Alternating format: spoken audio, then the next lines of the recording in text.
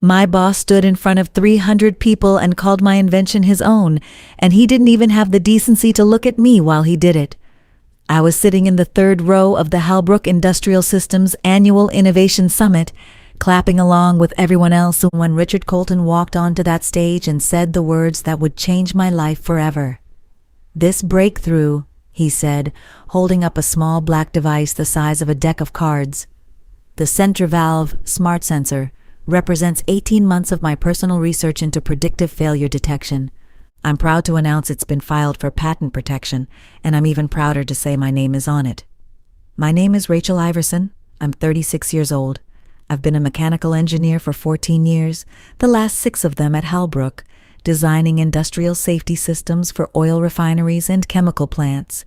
And the Sentry valve, the device Richard was holding up like a trophy, was mine. Every circuit path, every algorithm, every late night in the lab while my husband put our daughter to bed alone. I sat frozen in my seat while people around me applauded. My hands went cold. My chest tightened until I could barely breathe. I looked down at my badge, at the photo of myself from 6 years ago, young and hopeful, and I thought, he's going to get away with this. That thought lasted exactly 4 days. I need to go back to explain how we got here, because none of this happened overnight. Betrayal like this takes time. It takes patience. And in Richard's case, it took a level of calculation I never saw coming from a man who brought donuts to the office every Friday and remembered everyone's kids' names. I started developing the Sentry valve concept 2 years earlier, after a refinery client lost a worker to a valve failure that could have been predicted if anyone had been monitoring pressure fluctuations in real time. I couldn't stop thinking about that man's family. I went home that night and started sketching on a legal pad at my kitchen table, long after my husband Marcus and our daughter Zoe were asleep. For the next year, I built the concept in my spare time. I used the company's shared lab space, which was normal. Everyone did their preliminary work there. I document everything in my engineering notebook, the kind every engineer is trained to keep from their first year of school. Dated entries, signed pages, witness signatures from colleagues who saw my early prototypes. Richard was my direct supervisor. He was good at his job in the way that charismatic people are often good at jobs that require charisma more than substance. He knew how to present ideas. He knew how to work a room. What he didn't have, and what he desperately needed, was a win. Halbrook's board had been asking uncomfortable questions about his division's output for 2 years running. When I brought him my early prototype 18 months ago, he lit up like I'd never seen before. "Rachel, this is extraordinary," he said, turning the device over in his hands. "This could save lives. This could save the company millions in liability." "I still need to refine the pressure algorithm," I told him, "and I want to run field tests before we file anything."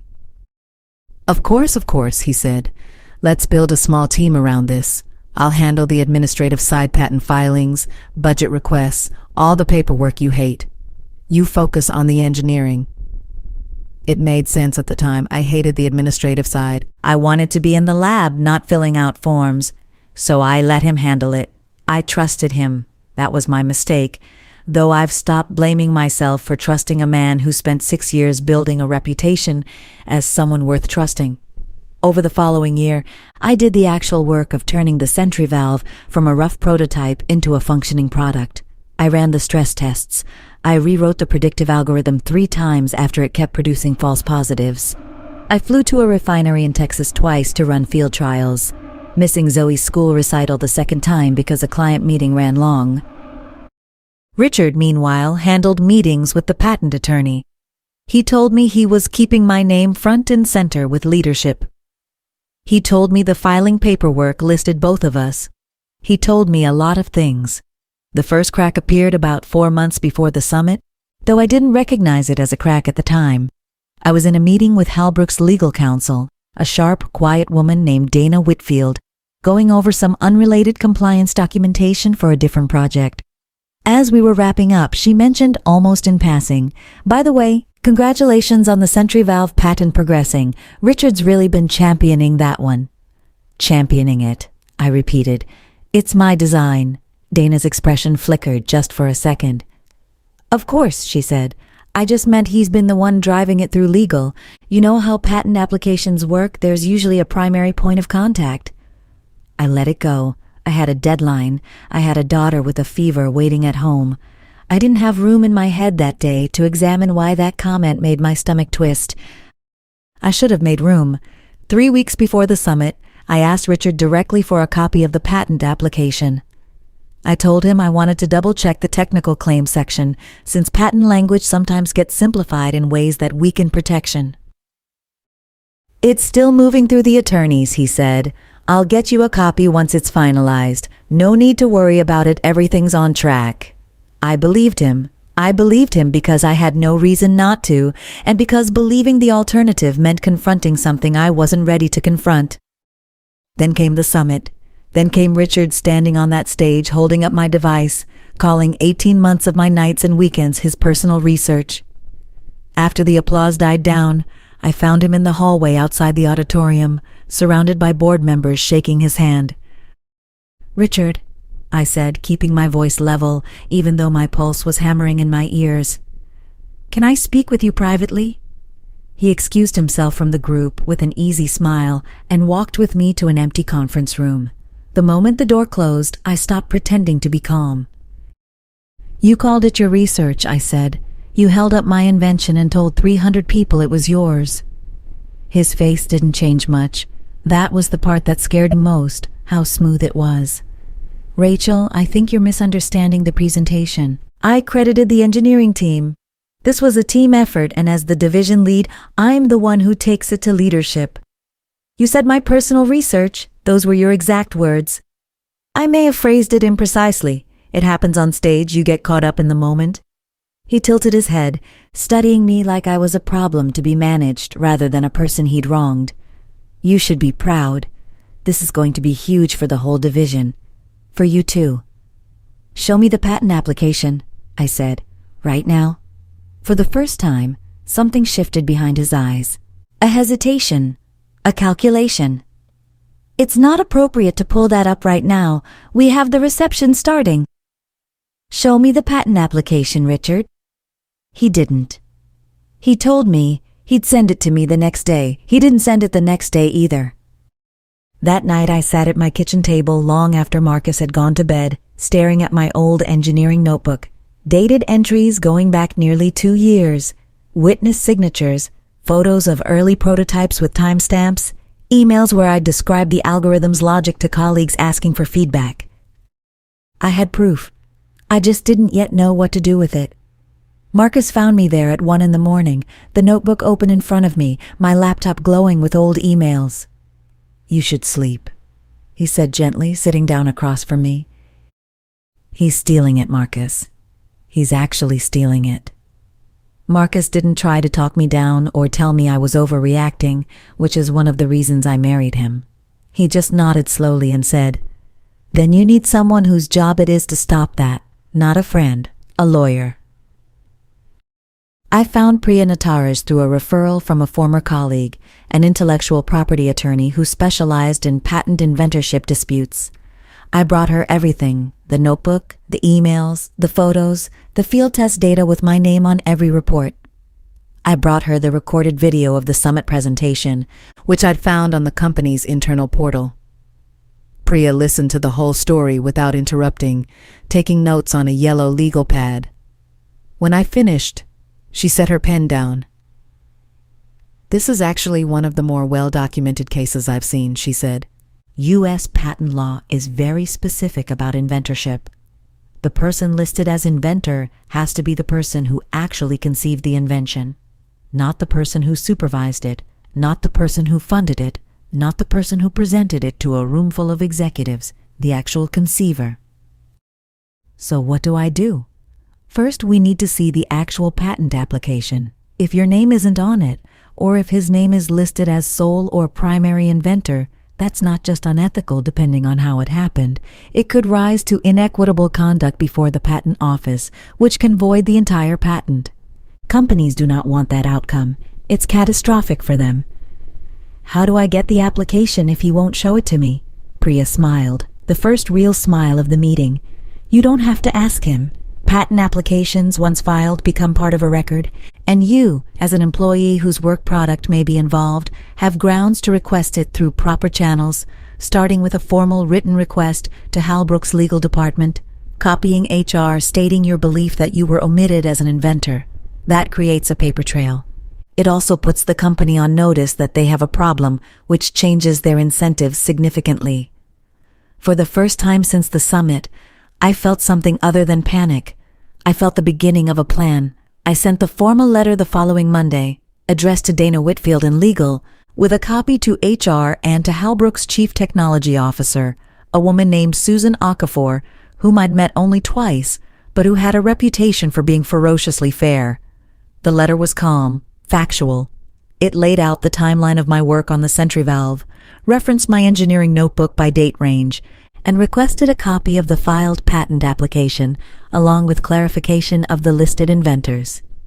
Richard found out within hours. He appeared at my office door that afternoon, and for the first time, the easy charm was gone. "You went over my head," he said. "I asked a legal question through the appropriate legal channel," I said. "That's not going over anyone's head. That's how companies are supposed to work. You're going to blow this whole thing up over a technicality." "Inventorship isn't a technicality, Richard. It's the entire point of a patent." He left without another word, and the look he gave me on his way out was one I'll never forget. Not anger exactly, but the look of a man watching something he thought was secure start to slip. 3 days later, Dana Whitfield called me into her office. She looked tired in a way I hadn't seen before, dark circles under her eyes, a stack of documents on her desk that I suspected included the patent application I'd been asking about. "I want to apologize to you," she said, which was not what I expected. "When you asked me about this months ago, and I gave you a vague answer because Richard had already characterized the situation to me in a way that made it sound settled. I should have looked closer. That's on me." She slid a folder across the desk. Inside was the patent application, filed 11 months earlier. Richard Colton was listed as the sole inventor. My name did not appear anywhere in the document. I stared at it for a long moment. Somehow, seeing it in official language, in the sterile formatting of a federal filing, hurt more than hearing him say it on stage. "There's more," Dana said. "I pulled the internal budget requests Richard submitted around the same time. He requested funding for what he called a personal R&D initiative. The funding went toward field testing the same Texas trips you took. He billed your travel and lab hours to a code labeled under his individual project number, not the team project number your other work used. He built a paper trail making it look like his project the whole time," I said quietly. "It looks that way, yes. What happens now?" Dana folded her hands. "Now it's a company problem and a serious one. If this patent issues with incorrect inventorship and it later comes out which, given your documentation, it likely will, the company could face a challenge to invalidate the entire patent. That would mean losing legal protection on a product they're about to bring to market. Susan wants to meet with you and your attorney directly, today if possible." The meeting with Susan Okafor was the first time in this entire ordeal that I felt like someone with real power was actually on my side. Priya sat beside me. Susan sat across from us with a legal pad of her own, and unlike Richard, she asked more questions than she made statements. I walked her through the notebook, page by page. I showed her the time-stamped photos. I showed her the emails where colleagues had responded to my technical questions about the algorithm months before Richard claimed the idea as his personal research. I showed her the field test reports with my signature on every page. Susan was quiet for a long time after I finished. "I've worked with Richard for 9 years, she finally said. "I brought him into this division myself. I want you to know that this is not easy for me to sit here and look at. But I also want you to know that Halbrook is not going to protect a lie that could cost us the patent entirely, not to mention the lawsuit that would follow if this got out publicly. We take inventorship fraud seriously, both for legal reasons and because it is simply wrong. What happens to Richard? That's still being determined. But what happens to you is this. We're filing a correction of inventorship immediately, adding you as an inventor likely as primary inventor. based on what I'm seeing here. And I want to talk to you separately about a role change. I don't think you should report to Richard anymore, regardless of how this resolves." I felt tears sting my eyes, the first time I'd let myself feel anything other than controlled fury in weeks. "Thank you," I managed to say. "Don't thank me yet," Susan said. "This is going to get uncomfortable before it gets resolved."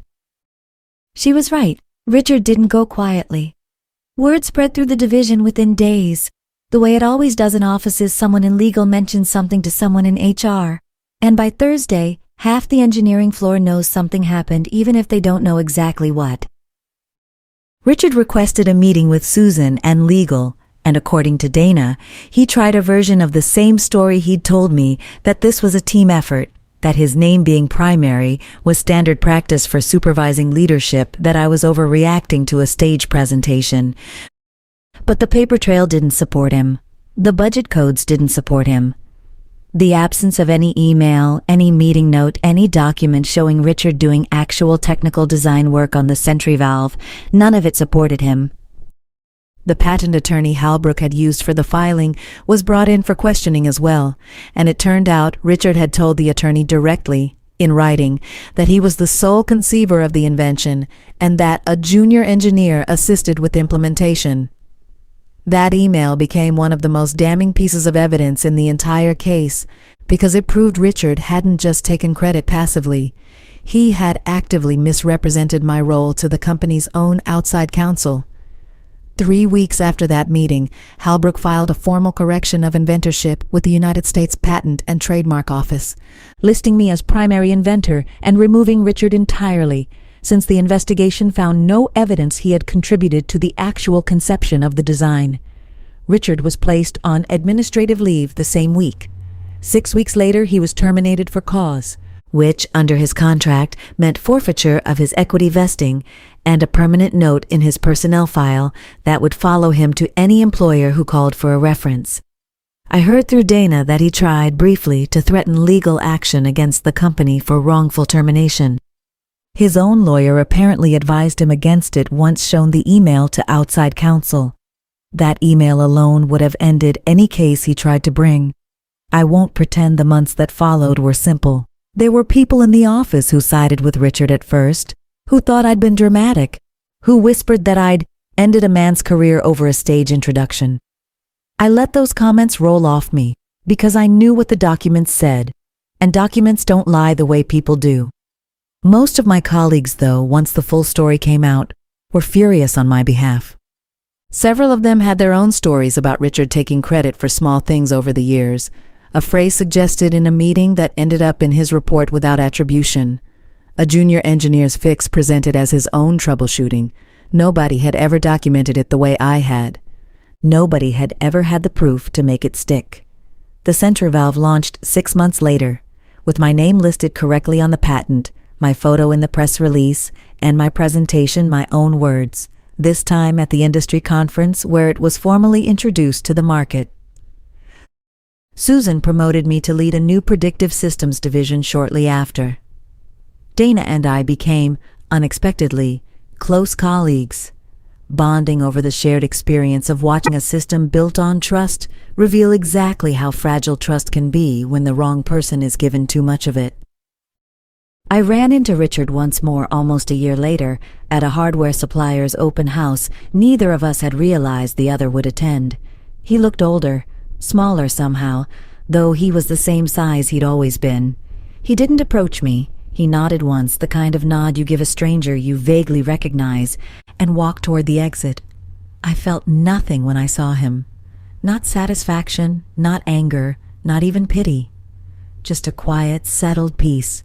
The kind that comes from knowing you did the hard, patient work of proving the truth instead of simply being angry about it. Zoe asked me once, months after everything was resolved, why I hadn't just yelled at Richard in front of everyone at the summit. I told her that yelling feels good for about 5 minutes, but proof lasts forever. She's 8 now. She keeps a notebook of her own for a science fair project about magnets. I catch myself reminding her to date every page and sign every entry, the same way my old engineering professor once told me. Some habits, it turns out, are worth passing down, not because you expect someone to steal your work, but because if they ever do, you'll already have everything you need to take it back.